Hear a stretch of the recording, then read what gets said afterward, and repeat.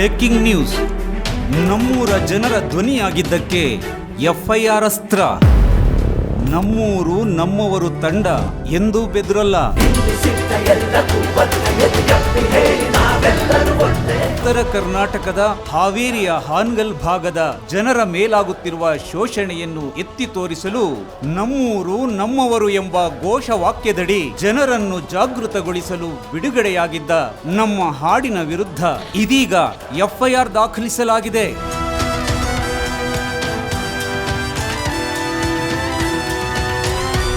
ಜನರಲ್ಲಿ ಅರಿವು ಮೂಡಿಸುವ, ಸಮಾಜದ ಏಳಿಗೆಗಾಗಿ ಹೋರಾಡುವ ನಮ್ಮ ಪ್ರಾಮಾಣಿಕ ಪ್ರಯತ್ನವನ್ನು ಹತ್ತಿಕ್ಕಲು ಹೊರಗಿನವರು ಸಂಚು ರೂಪಿಸಿದ್ದಾರೆ. ಆದರೆ ಇಂತಹ ಬೆದರಿಕೆಗಳಿಗೆ ನಾವು ಎಂದಿಗೂ ಹೆದರುವುದಿಲ್ಲ. ಬದಲಾವಣೆಯ ಕನಸನ್ನು ಹೊತ್ತು ಜೀವ ತಳೆದ ಹೊಸ ಕ್ರಾಂತಿಯು ನಂಬಿ ನೀಡಿ ಬೆಂಬಲವ ಇನ್ನು ನಮದಾಗಲಿ. ನಮ್ಮ ಸಾಮಾಜಿಕ ಸೇವೆ, ಜನಜಾಗೃತಿ ಮೂಡಿಸುವ ಕೆಲಸಗಳು ಎಂದಿನಂತೆ ಮುಂದುವರಿಯಲಿದೆ.